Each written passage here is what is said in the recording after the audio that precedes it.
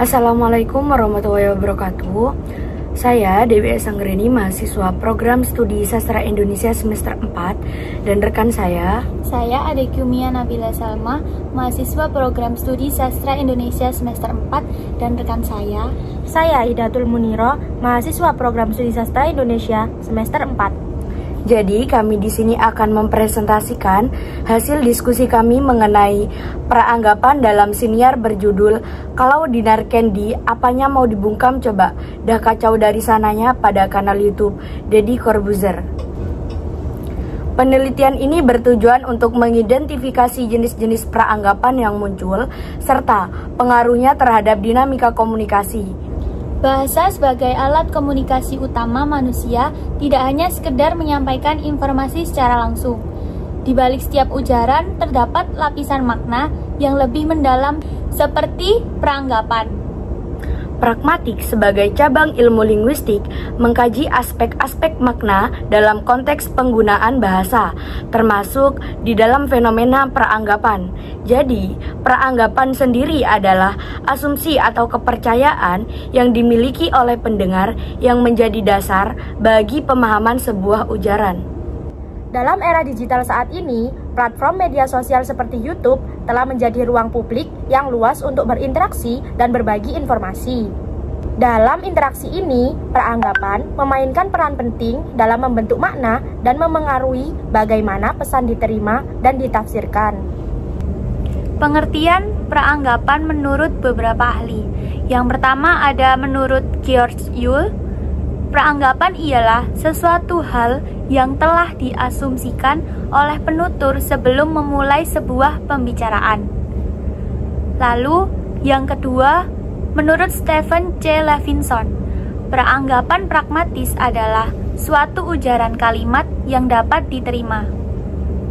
Yang ketiga, definisi yang dikemukakan oleh Gottlob Frege dalam Fins 1999 yang mendeskripsikan peranggapan sebagai informasi implisit dari proposisi yang terkandung dalam sebuah kalimat atau ujaran.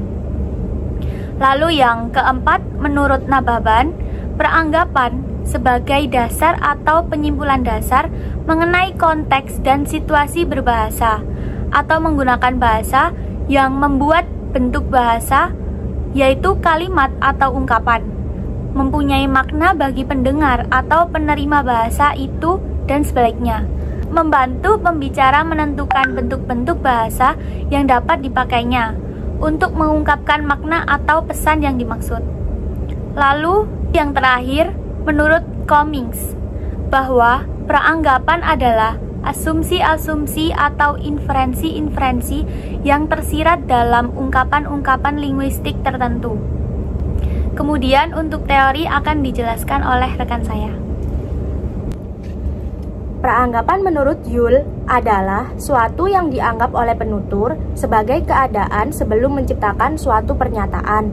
Peranggapan tersebut dipegang oleh penutur, bukan oleh kalimat itu sendiri.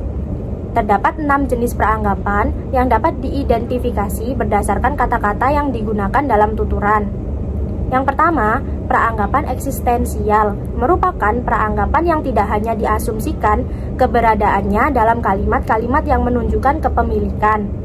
Yang kedua, peranggapan faktual merupakan peranggapan yang muncul dari informasi yang ingin disampaikan, dinyatakan dengan kata-kata yang menunjukkan suatu fakta atau berita yang diyakini kebenarannya.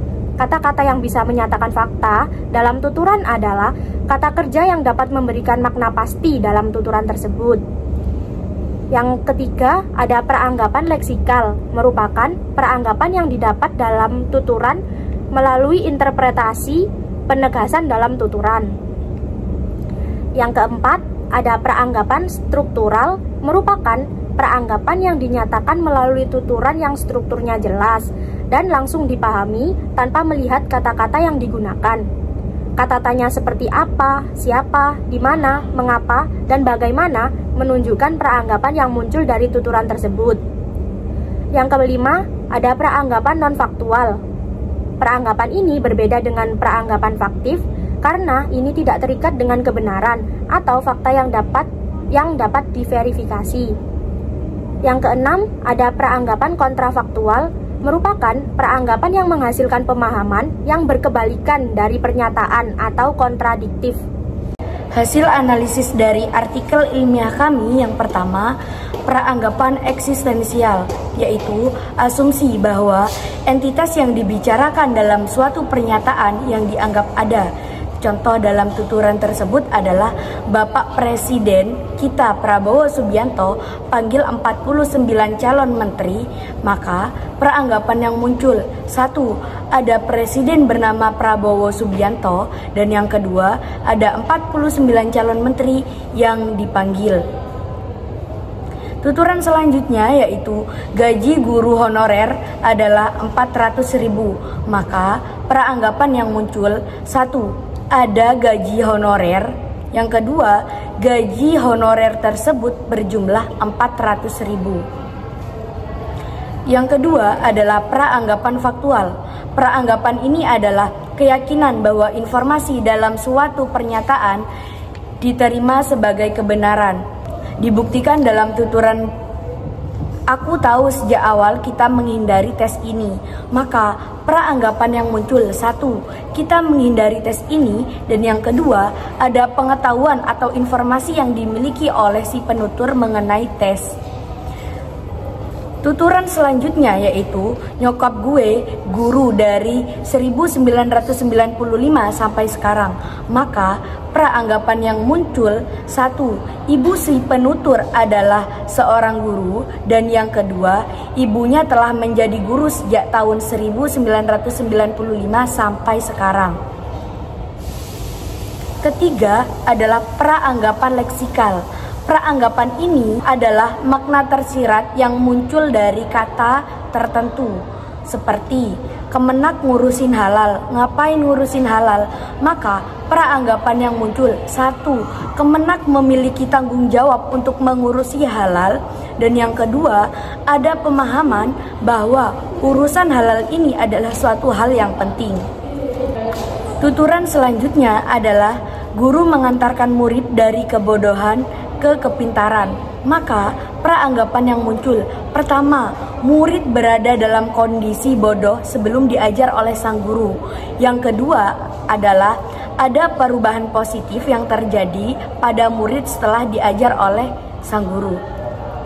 Kemudian peranggapan keempat adalah peranggapan struktural, yaitu asumsi yang muncul dari struktur gramatikal kalimat. Dibuktikan pada tuturan, kenapa gak dipanggil, masa gak dipanggil juga? Maka peranggapan yang muncul adalah, satu, ada seseorang yang harusnya dipanggil, dan yang kedua adalah ada ekspektasi bahwa orang tersebut seharusnya dipanggil. Kemudian bukti tuturan selanjutnya yaitu siapa presiden kita? Dinar Prabowo Subianto.